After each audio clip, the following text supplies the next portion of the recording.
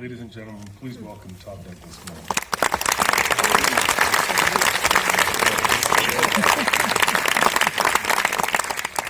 Thanks, everybody. Thanks for showing up to this screening. It's been a really fun ride to present this film to audiences all over the world. And people ask me a lot, what do you want audiences to take away? And when we designed the film and we were working on it over the years, it was never lost on us that it was just such an immense effort. Hundreds and hundreds of thousands of people all came together, not just in this country but globally. And probably more impressive to me is that there was tens of thousands of companies all involved in all this to make this a success. So many people coming together to make this experience one for the ages is something I certainly want people to take away from it. So thank you very much for coming, and we stay in your seats after the screening. We actually have a special clip because we have the great Poppy Northcutt here, and it was something that hit the cutting room floor, but we're going to play it publicly for the first time after the show. Thanks again, and look forward to talking to you later. I just want to let you all know we want you to stay for this short Q&A with Poppy Northcutt, who is a mission control specialist, and Todd Douglas Miller, who is the director, editor, producer, mastermind behind this wonderful film. And if you need to leave before this short Q&A, we hope you don't, but if you do, please go out the back. Thank you so much, both of you, for being here. We really appreciate it. And well, I don't know. I think people want to see you, so you could actually stretch that out. Yeah, it is kind of a weird setup. There you go. Yeah. Oh. It's been warning me not to fall. Todd, we'd like to know. I'm sorry, I'm stuck over here. I feel like I'm yelling at you here. But this amazing archival footage. How did you unearth it? Tell us a little bit about the process of finding it and then restoring it to this beautiful clarity that you did. Well, first off, I just wanted to thank all of you for being here, and also the film's a real testament to not only Poppy and everyone that worked on it, but also our distributors who, and I think it's a testament that they actually come and watch it every single time it screens, even though they've seen it 1,000 times. So to David and Patricia Keeley with IMAX who are here, and single everyone out. And Courtney Sexton with CNN Films. I think it's, all of us that made the film, we all, we watch it every single time because it's just it's a fun film to watch. But we initially started, and it really came from Courtney gave me a phone call a few years ago and said, we want to do a moon landing film. And to their credit, they had the foresight to think about the 50th anniversary. And we had kind of been planning on it because we did a short film about Apollo 17 that dealt with only the archival materials, where we kind of experimented with that style of storytelling, where just to rely strictly on that. That began, several year process. And we already had the contacts at NASA and the National Archives. I think they thought we were kind of crazy because when we called them up, we said we want to scan everything you have. And we also want to quantify it all. And to our surprise, no one had really done that before. So it started as kind of a large-scale research project. How much stuff are in the NASA vaults that relate to Apollo 11, and then at the National Archives, how much is there? We kind of knew from the beginning that we wanted to tell it creatively from just the 9 days. You're just really dropped into the scene and you really just go along for the ride. And that's how we started, was to just basically create a 9-day timeline of and wanting to know every single frame of footage and audio and video that we had. So and then several months into that process, we got a progress report from the National Archives Motion Picture Division, and kind of buried in an email in May of 2017 was this reference to this large format collection. again, we really didn't know exactly what was on any of those reels. If you were lucky, they said Apollo 11 on tape, kind of with a Sharpie, you know, that was 50 years old. If you were really lucky, you might actually get a date on some of the reels. And if you're really, really lucky, you would get a shot list that could give you some kind of guidance to what was inside. But it's a real testament, too, to our post-production facility back in New York. They were developing new technology. There was one film scanner that they invented. It was a prototype. It's now being utilized on some pretty big Hollywood films, but at the time, it was the only one in existence, still is the only one in existence. It was made specifically for this project. And people ask all the time, you know, what were these reels, you know, where were they all these years? And I think they were a victim of circumstance, in that they were waiting for technology to come along to be able to transfer all this stuff in an efficient and time-inclusive manner. So that's really how it started. How did you decide on using the actual audio recordings of the mission and with just Walter Cronkite's poetic voice, as opposed to having like talking heads or interviews? Yeah, we started that process. I'm personally a fan of these large format films from the late 50s and early 60s, where they really experimented with that storytelling. It was more verite, direct cinema, and they played in places like this, which are my favorite cinemas. You know, science centers and museums have the greatest, you know, sound and the best imagery, and these IMAX systems and these giant screen immersive environments. And they were doing that, you know, long before even IMAX was around. And those storytellers those filmmakers were very inventive, and they played around with, you know, split screen and fractured narrative and things that I really liked. And I thought this was a perfect project to apply that style to. I'd love to hear from Poppy, and I'd like to hear what you thought, since you were there helping them return, what you thought the first time you saw this.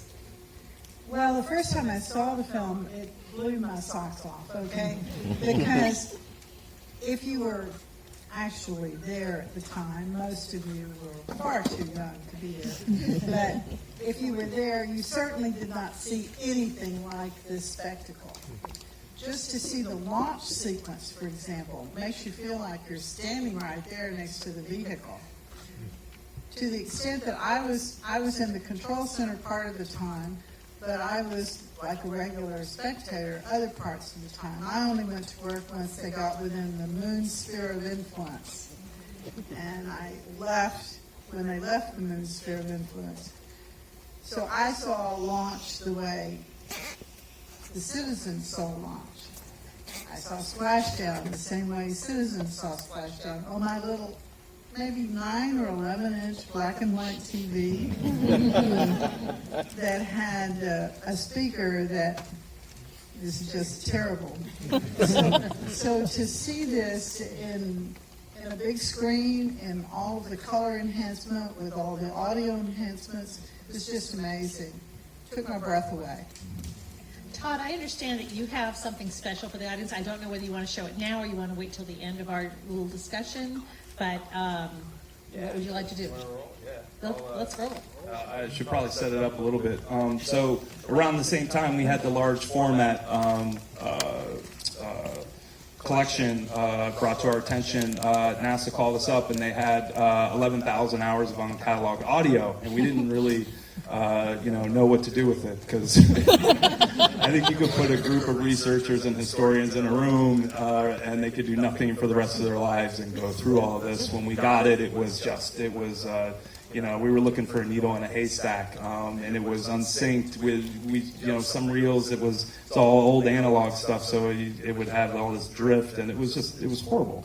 But it was interesting because we were listening to all these kind of private conversations that were going on in Mission Control. So if you can imagine, every single person that had a headset on in the front room, approximately 30 of them, were all being recorded on a loop. And then there was a whole back room of technicians, mathematicians like Poppy, and they were all being recorded as well. Not just one back room, many back rooms. Right. So, Poppy will, after we roll this clip, she'll be able to tell you a little bit more. But what was astounding to us and just doing the research. And once and it's a testament to our wonderful audio team to sync all of that up. They developed some software and code to sync it and make it trackable. There was no transcripts, so we just had to listen to all of it. And over the course of several months, we just kind of all took turns, just kind of divide and conquer approach, listening to all this and trying to find interesting things. There was this 25-year-old Texas woman, female, to our knowledge, the only one in that 11,000 hours that is a female, pops on, and Poppy will tell you more about her role, but it was basically the return trajectory. I'll give you the clip notes. And they were the retro fire officer who was his math wasn't working out with the return trajectory after they had the lunar liftoff.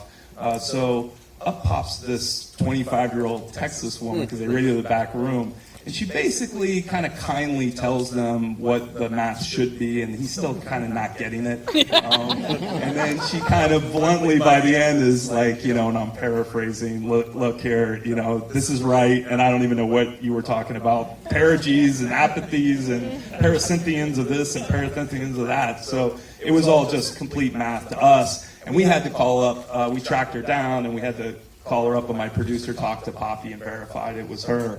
And it pained me and my wife and my daughter, I know it will kill me, that it didn't end up in the final film, but it is on a deleted scene that will be forthcoming, and we brought it here tonight. We took that 10 minutes that Poppy schooled this old school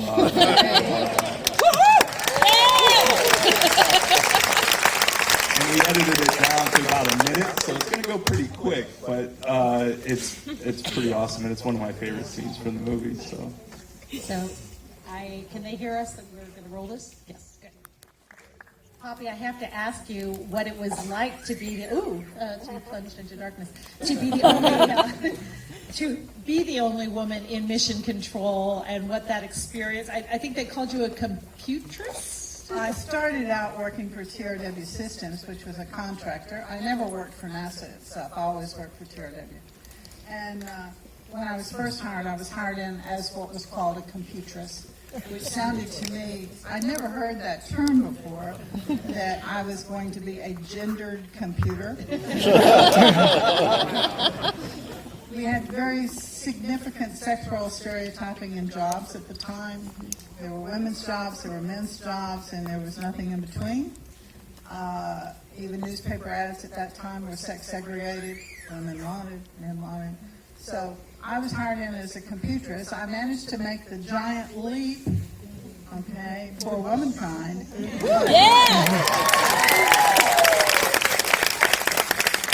At the company that I worked for, from being a computress to being a member of what was called the technical staff, which is a fancy, way. I was functioning as an engineer, basically. My background was in mathematics. And from the beginning of working out there, I had never planned on working in the space program, but there I was, working as a computress. And I became very interested in the problem that we were dealing with. Worked extremely hard, violated all the labor laws. There were a lot of labor laws in the place that said the women were not supposed to work more than 9 hours a day, 54 hours a week. I interpreted that to mean that we were not supposed to be paid for more than that. And I worked a lot more than that. I just didn't get paid for it. But as a result of all of that, I was accepted as a member of the team and became a member of the technical staff. And we worked on the Return to Earth program, developing it for about 4 years. And there's so many things that when you see the achievement, I know that everybody knows how great it is, okay? Because it's still awesome today. But let me give you just an example. When I started working on the Return to Earth program, that's what targets the return from the moon to the Earth. The landing site that was always used was in the middle of the Pacific Ocean. You know why? It's because our mist distance, our era when we started, was greater than the Atlantic Ocean.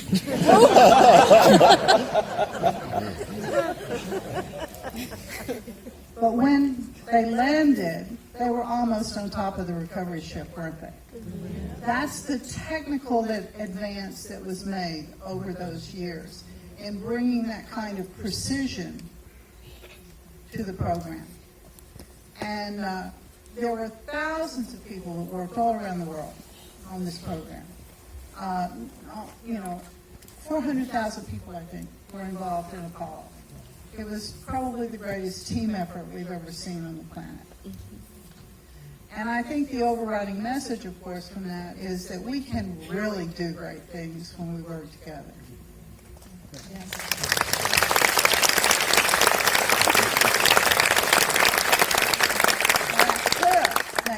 That little audio clip, there's actually a little bit ahead of that, okay?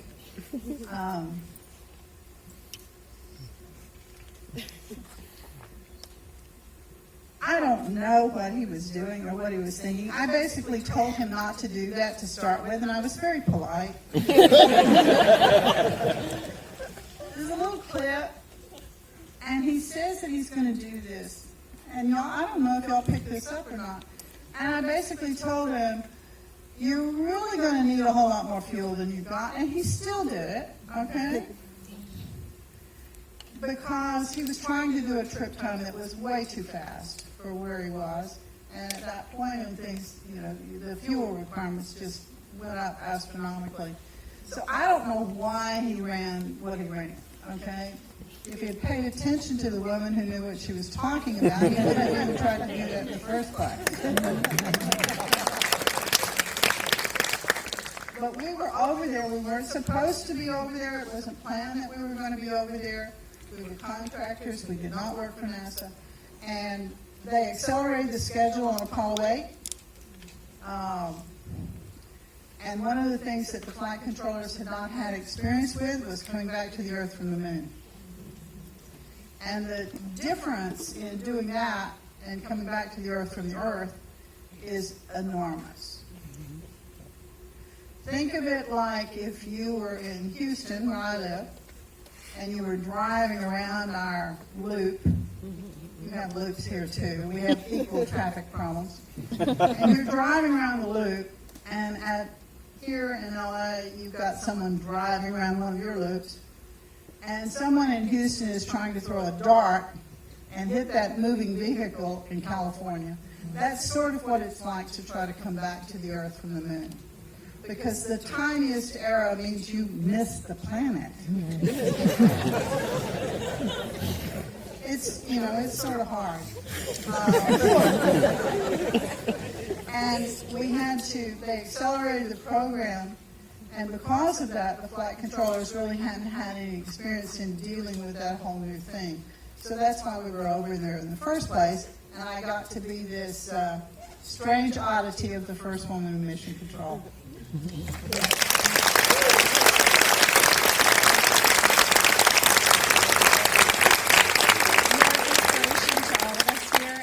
Some young women in the audience, and I hope that they'll be inspired by your amazing accomplishments. I want to open it up to the audience. I'm sure there are questions there too. But I want to taking a note from that.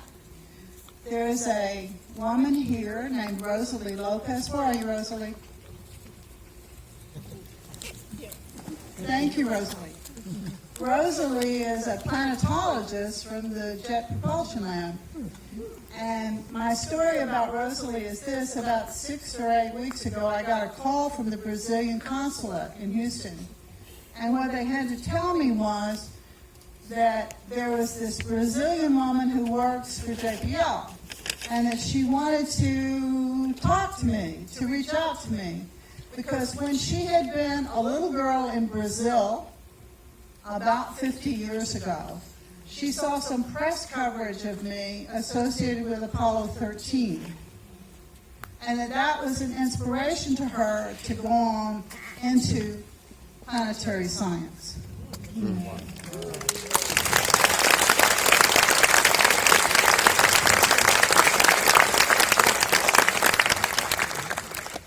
So I think it's really important that people see it to be it, and that all of us have to stop, that the women especially and the minorities that may be out there that are in these fields have to stop being hidden figures, and we have to step out and be seen.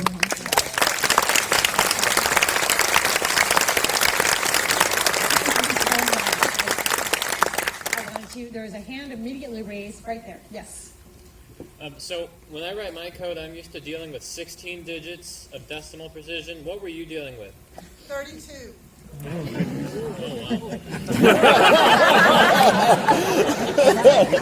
Don't mess with Paul. 32. Double precision. He wanted to know about the digits of precision. Are you This is talking 16. Here's your base 32. 10 or 2? You said 32. Is that base 10? Base 10. Okay.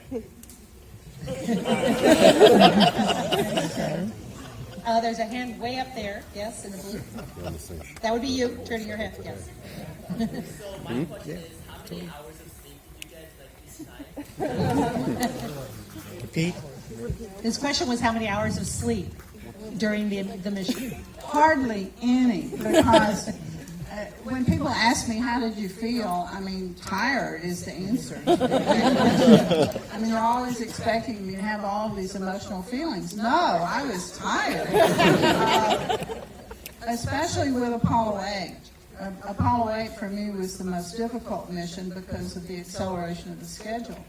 But all of those missions, we did not have the regular flight controllers, the ones that you see in that room, okay, that you know was the public feed. They had 4 teams. They had white, gold, green, and black. We didn't have that kind of coverage because we were not really expected to be over there. We had 2 teams, okay? So that meant that we were working typically 13, 14 hours at a time when we were in the control center. And that didn't leave a lot of time left over to sleep, eat, get dressed, and get to and from. So, tired. And Papa, you worked on Apollo 8, 11, and 13, right? I worked on 8, 10, 11, 12, and 13, and I never lost a customer. There's a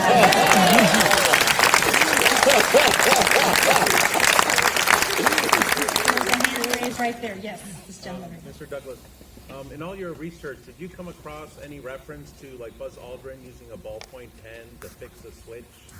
Yeah, that's kind of a famous story. So the question was Buzz Aldrin taking a felt tip pen.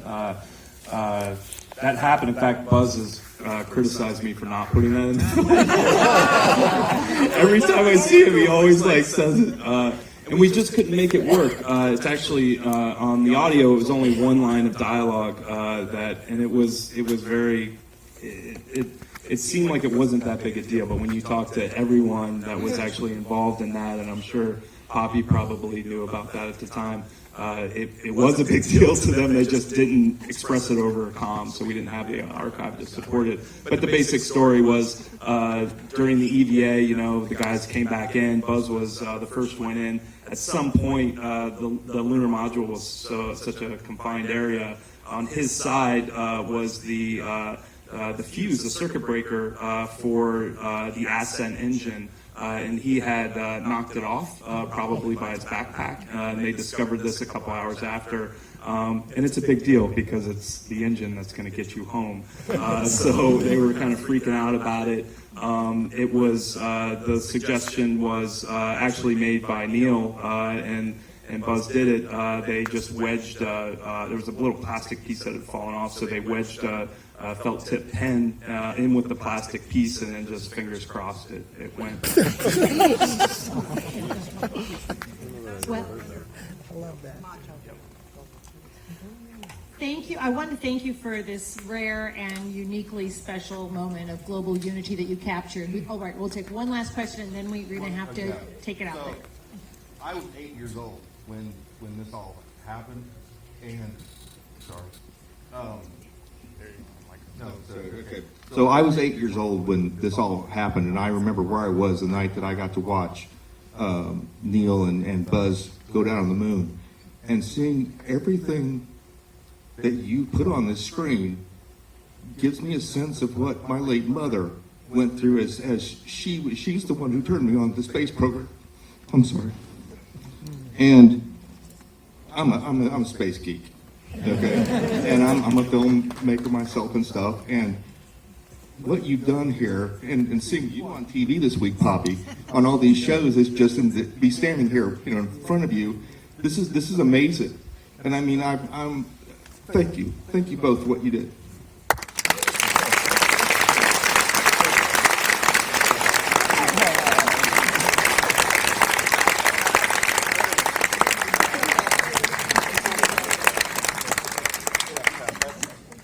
Math major up there.